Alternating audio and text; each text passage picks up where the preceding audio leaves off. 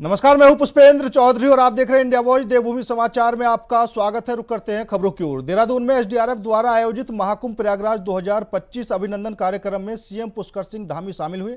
इस दौरान उन्होंने संबोधन भी किया। क्या कुछ उन्होंने कहा है वो आपको सुनाते हैं। आपने अपनी ड्यूटी वहां पर निभाई और ड्यूटी के साथ साथ ड्यूटी करने के अतिरिक्त जो अतिरिक्त संवेदनशीलता से आपने काम किया।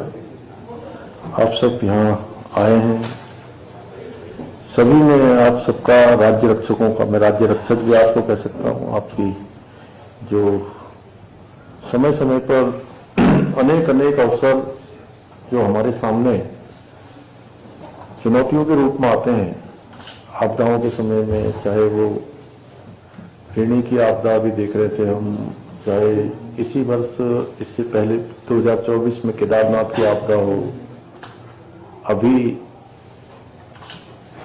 5 दिन पहले हमारी माणा क्षेत्र में आई हुई भीषण हिमस्खलन हो, या कोई भी अवसर हो, या सिलकारा टनल भी, मैंने उस समय भी आप सब लोगों को बहुत काम करते हुए नजदीक से देखा, क्योंकि मैं वहां पर बना हुआ था। आप सबका मैं आज मुख्य सेवक सदन में अपनी ओर से स्वागत करता हूं, सबका अभिनंदन करता हूं। और ये बड़ा खुशी का विषय है कि आप सबकी प्रशंसा जहां उत्तर प्रदेश के लोगों ने भी करी और जो लोग गए उन्होंने भी करी। मेरे लिए भी बहुत खुशी की बात है कि हमारे राज्य का ये एसडीआरएफ की पूरी टीम, हमारे पुलिस के लोग शानदार काम करके वहां से लौटे हैं और आप सबको यहाँ पर सम्मानित करने का शुभ अवसर मुझे मिल रहा है। ये मेरे लिए सच में बहुत अच्छा है कि मैं अपने आप को गौरवान्वित महसूस कर रहा हूँ। आप लोगों को सम्मानित करके मैं अपने आप का, स्वयं का सम्मान कर रहा हूँ। प्रयागराज में आयोजित सनातन धर्म के महासंगम में, जैसा अभी रितिम अग्रवाल जी ने बताया कि 66 करोड़ के लगभग लोगों ने आस्था की डुबकी लगाई, पुण्य स्थान प्राप्त किया। वहाँ की सुरक्षा, अन्य व्यवस्थाओं को संभालना अपने आप में बहुत बड़ा चुनौतीपूर्ण काम था। और वैसे मैं बताऊं तो मैंने लगभग वहाँ पर शाम 3 बजे से लेकर अगले दिन 11 बजे तक, 11 ही होगा ना, 11 के आसपास, जो भी 17-18 घंटे मैं वहां रहा हूँगा, तो मैंने देखा कि क्या सैलाब था, सड़कों पर भी, यहाँ भी, वहाँ भी, और उन व्यवस्थाओं को संचालन करना बहुत चुनौतीपूर्ण काम था।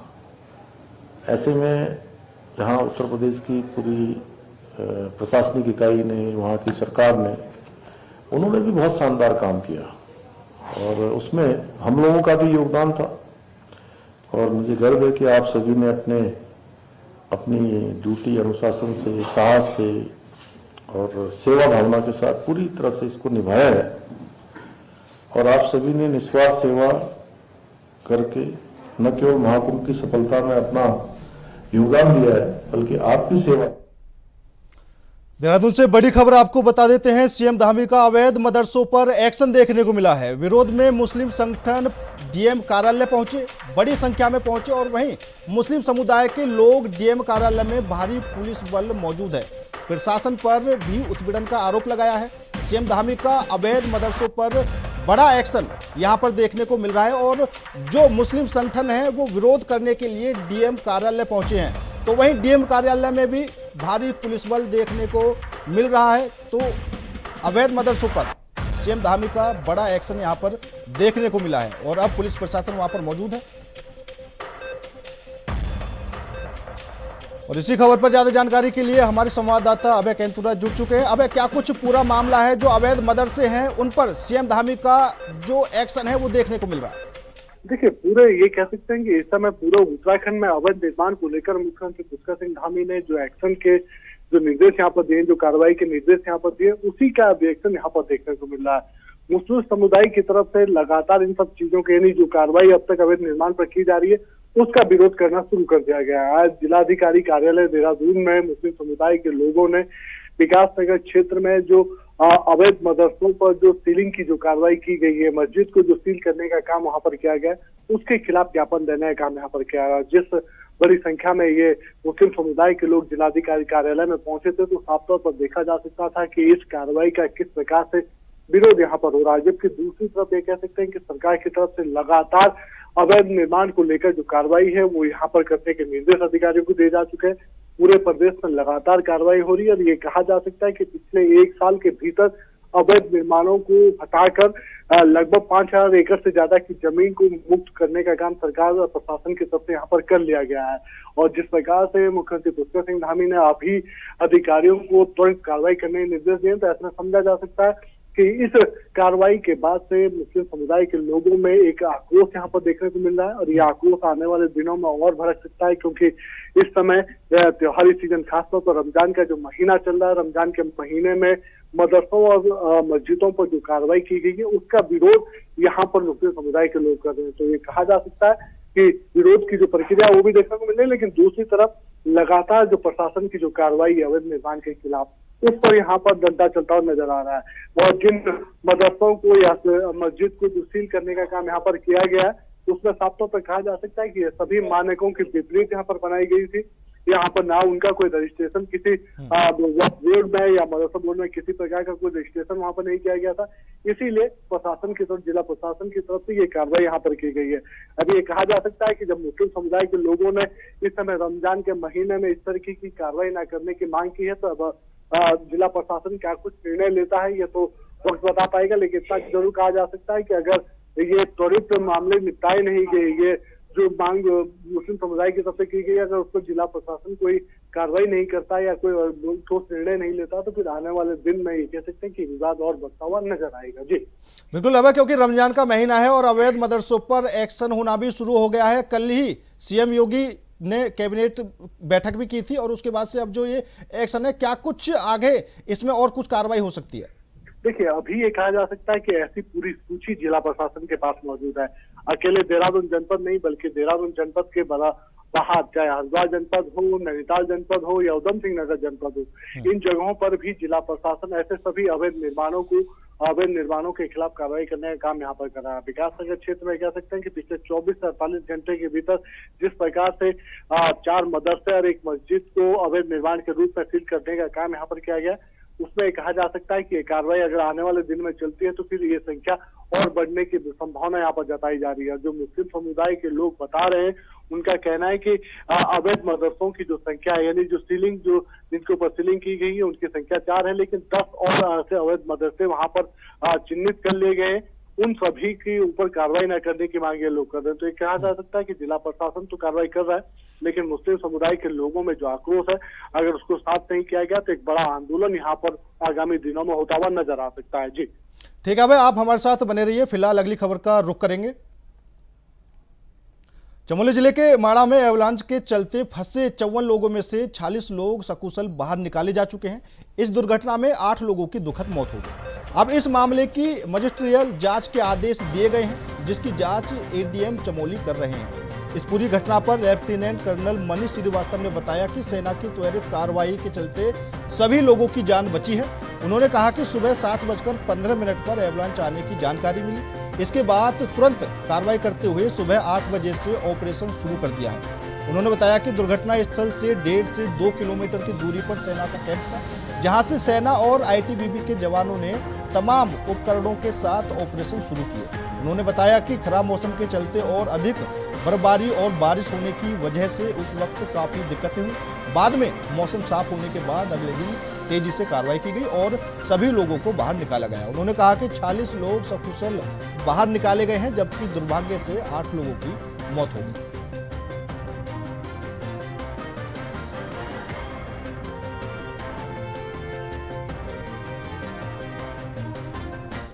जी, ऐसा है कि ये जो हमारी पोस्ट थी, ये जनरली क्योंकि हाई ऑल्टीट्यूड में रहती है, तो काफ़ी इक्विपमेंट इनके पास रहता है। इससे रिलेटेड जो रेस्क्यू ऑपरेशन होता है या फिर किसी किस्म के अपनी सिक्योरिटी से, अपने पेट्रोलिंग के लिए, तो इनके पास काफ़ी इक्विपमेंट अपने आप रहता है।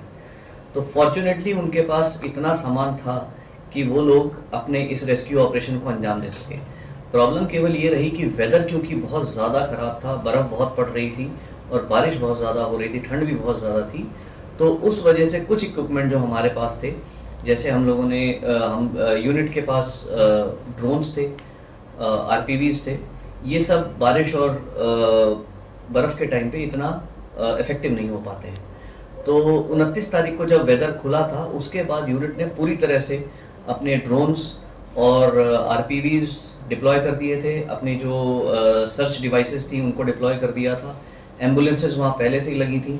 तो इस तरह से सारी चीज़ें उन्होंने सर्च के लिए डिप्लॉयमेंट शुरू हो गया था। उसके बाद हमारे आर्मी कमांडर साहब जब वहाँ पहुँचे थे, उसके बाद उन्होंने एडिशनल हेल्प और मॉडर्न एडवांस्ड इक्विपमेंट देने का वायदा किया था। माउंटेन रेस्क्यू टीम के कुछ सदस्य वहाँ पहुँच गए थे, एनडीआरएफ की कुछ टीम्स पहुँच गई थी वहाँ पे, और एक खोजी कुत्ता भी वहाँ पे डिप्लॉय कर दिया गया था। तो इस तरह से ये सब लोगों से मिलजुल के आईटीबीपी, बॉर्डर रोड्स, उन्होंने रोड बनाना शुरू कर दिया था। आर्मी एविएशन के हेलीकॉप्टर्स लग गए थे, एयरफोर्स के हेलीकॉप्टर्स लग गए थे, सिविल हेलीकॉप्टर्स लग गए थे, तो उनको इवैक्यूएशन का प्रोग्राम शुरू किया था। तो इस तरह से जितने भी रिसोर्सेज भारतीय सेना के पास, आईटीबीपी के पास, सिविल एडमिनिस्ट्रेशन के पास, बॉर्डर रोड्स के पास थे, वो सारे इस ध्यान में 29 तारीख से जैसे वेदर थोड़ा खुला था लग गए थे। इसीलिए हमें सक्सेस लेने में थोड़ी सी आसानी हुई और जल्दी से जल्दी ये रेस्क्यू हो। इस पर ज्यादा जानकारी के लिए हमारे संवाददाता अभय कैंतुरा जुड़ चुके हैं। अभय, चमोली में हुई एवलांच की घटना को लेकर अब मजिस्ट्रियल जांच के आदेश दिए गए हैं, क्या कुछ ताजा जानकारी है? अभय, शायद अभय से हमारा संपर्क नहीं हो पा रहा है। तो अब चमोली की घटना को लेकर मजिस्ट्रियल जांच के आदेश दिए गए हैं। हालांकि रेस्क्यू में 46 लोगों की जान बचाई गई थी और 8 लोगों की दुखद मौत हो गई थी। हालांकि जो सेना ने वहां पर कार्रवाई करते हुए 46 लोगों को बचाया और जो सीएम योगी के आदेश पर तुरंत कार्रवाई की गई। मजिस्ट्रियल जांच के आदेश फिलहाल दिए गए हैं।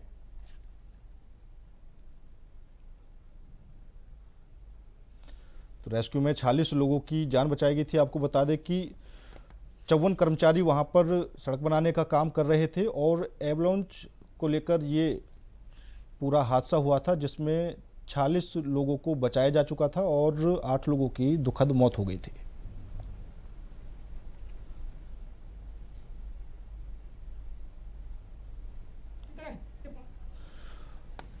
तो अब इसमें मजिस्ट्रियल जांच के आदेश दिए गए हैं। हालांकि उस समय जो छोटे हेलीकॉप्टर थे वो भी वहां पर मौजूद थे और सेना भी, आईटीबीपी की बात करें, एसडीआरएफ की बात करें, तो तुरंत वो कार्रवाई में जुट गई थी। तो रेस्क्यू में 46 लोगों को बचाया गया था, 8 लोगों के हादसे में जान चली गई थी और तुरंत ही सभी को हॉस्पिटल पहुंचाया गया था, जहां पर 46 लोगों को सुरक्षित बाहर निकाला गया था।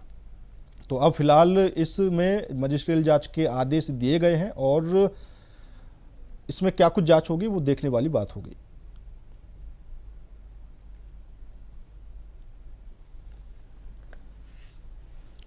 तो चमोली के माड़ा गांव के पास ये पूरा हादसा हुआ था, जहां पर एवलांच के चलते ये बड़ी घटना हुई, जिस घटना में 46 लोगों को सुरक्षित बाहर निकाला गया और 8 लोगों की दुखद मौत हो गई थी। अब मजिस्ट्रियल जांच के आदेश दिए गए हैं और तुरंत ही सीएम धामी ने मामले का संज्ञान लिया था और उस समय प्रधानमंत्री नरेंद्र मोदी ने भी पल पल की जानकारी सीएम धामी से लेते रहे और उन्होंने आश्वासन दिया कि जो भी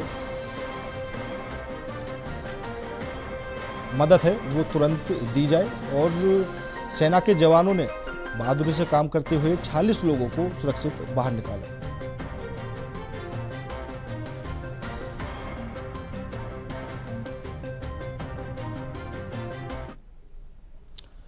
बीजेपी संगठन चुनाव अपने चरम पर है। हाल ही में बीजेपी ने अपने सभी मंडल अध्यक्षों की घोषणा की थी, जिसके बाद अब बारी जिला अध्यक्षों की घोषणा करने की है, जिसको लेकर तमाम तैयारियां चल रही हैं और चयन प्रक्रिया भी तेज हो गई है। इसी को लेकर बीजेपी प्रदेश अध्यक्ष महेंद्र भट्ट का कहना है कि बीजेपी का संगठन पर्व चल रहा है और जिला अध्यक्षों के निर्वाचन की तैयारियां भी चल रही हैं। जो पर्यवेक्षकों ने रिपोर्ट दी है उसको केंद्र भेज दिया गया है और अब जल्द ही जिला अध्यक्षों की भी घोषणा कर दी जाएगी। देखिए, संगठन पर्व हमारा चल रहा है। मुझे बताते खुशी है कि हम जिला अध्यक्ष की निर्वाचन की प्रक्रिया की ओर बढ़े। कल जो पर्यवेक्षक सब जिलों के अंदर गए थे, उनके द्वारा जो रिपोर्ट दी गई वो मेरे द्वारा, हमारे चुनाव अधिकारी खजान दास जी द्वारा, हमारे महामंत्री संगठन जी द्वारा, माननीय मुख्यमंत्री जी द्वारा हमने वो रिपोर्ट अपने जो राष्ट्रीय जो हमारे पर्यवेक्षक हैं चुनाव के, राजकुमार चहर जी, उनको हमने सौंप दी है। और मुझे लगता है कि बहुत जल्दी उनके द्वारा भी सब प्रकार की चर्चाओं के बाद और विधिवत रूप से हम प्रदेश के जो जिले के अध्यक्ष की घोषणा कर देंगे, और उसके बाद प्रदेश अध्यक्ष के चुनाव की विधिवत घोषणा केंद्र द्वारा होगी।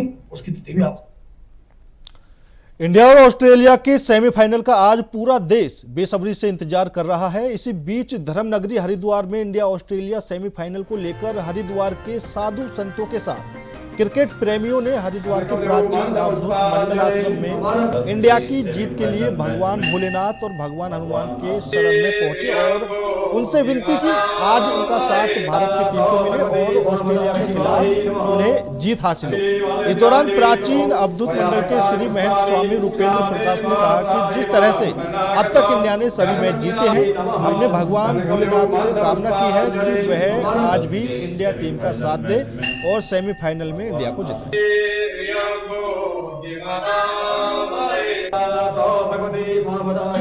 भगवान आशुतोष के श्री चरणों में आज अभिषेक कर ये प्रार्थना की गई कि भारत और ऑस्ट्रेलिया के सेमीफाइनल में भारत विजयी होकर लौटे। हमारी जो टीम है लगातार विजय की ओर बढ़ रही है। पीछे भी पाकिस्तान के साथ युद्ध ये एक प्रकार का युद्ध ही है, मैं इसको युद्ध ही बोलूँगा। और ये मैच भी पूरे भारतवर्ष के जो लोग जहाँ जहाँ भी जिन जिन देशों में हैं, एक आशा और उम्मीद के साथ इस मैच को विजयी होने की हम सब कामना करते हैं। और उसी क्रम में आज माँ गंगा के पावन तट पर प्राचीन अवधूत मंडल इस सिद्ध पीठ में आज ये प्रार्थना की गई कि भारत बहुत अच्छी स्थिति में है और भारत की टीम निश्चित रूप से विजय होकर लौटे। देखिए, आज हम सभी लोग यहाँ पे एकत्रित हुए और आज मंगलवार है, हमारे बजरंगबली जी का दिन है और आज चैंपियन ट्रॉफी में भारत और ऑस्ट्रेलिया का एक टफ मैच है। लेकिन क्योंकि क्रिकेट को हमारे देश में एक जुनून की तरह देखा जाता है, हम सभी लोग क्रिकेट के दीवाने हैं। आज हम सभी लोगों ने यहाँ पे भारतीय टीम की जीत के लिए भगवान बजरंगबली से, हनुमान जी से कामना की है और हम लोग चाहते हैं कि ऑस्ट्रेलिया को बुरी तरह से आज जो है हिंदुस्तान की टीम पीटे और उनको पीटकर हम लोग फाइनल में पहुंचे और फाइनल जीतकर चैंपियन ट्रॉफी को जीतने का काम करें। तो आज हम सभी लोग यहाँ पे एकत्रित हुए, भगवान बजरंगबली जी के दर्शन किए और यही कामना की है कि ऑस्ट्रेलिया को आज भारत जो है वो बुरी तरह से हराए और हराकर सेमीफाइनल से फाइनल में पहुंचे। रामनगर के ग्रामीण क्षेत्रों में जंगली जानवरों का आतंक कम नहीं हो रहा है। बता दें कि कन्या गांव की निवर्तमान ग्राम प्रधान सुनीता घुगतियाल ने बताया उनके निवास के बाहर देर रात को घर के बाहर लगे सीसीटीवी कैमरे में गुलदार घूमते हुए नजर आए, जो वीडियो अब सोशल मीडिया पर भी वायरल हो रहा है। वहीं गांव में गुलदार के घूमने से ग्रामीणों में भी काफी दहशत का माहौल बना हुआ है।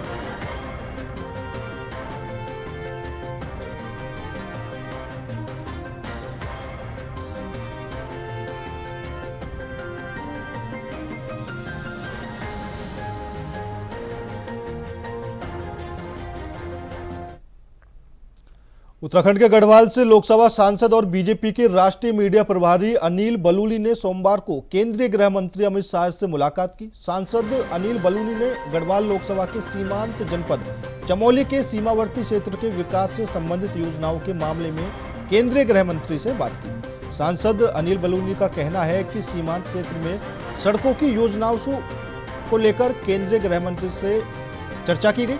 तो वहीं अनिल बलूनी का कहना है कि सीमांत क्षेत्रों में विकास की योजनाओं और पलायन को रोकने के लिए विस्तृत कार्य योजना बनाकर केंद्रीय गृह मंत्री से बातचीत की गई। केंद्रीय गृह मंत्री ने आश्वासन दिया है कि सीमांत क्षेत्र के विकास के लिए कार्य किया जाएगा।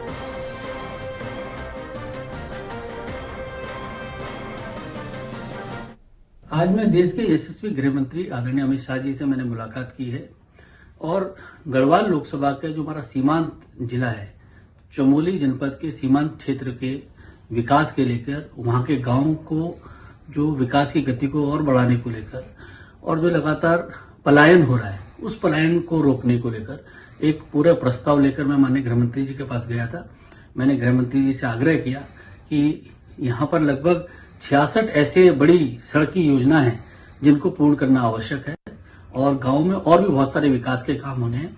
और मुझे बड़ा इसके लिए मैं गृह मंत्री जी का आभार व्यक्त करता हूँ कि उन्होंने जरूर आश्वासन इसमें दिया कि इस पे कुछ सकारात्मक जल्दी ही वो निर्णय लेंगे।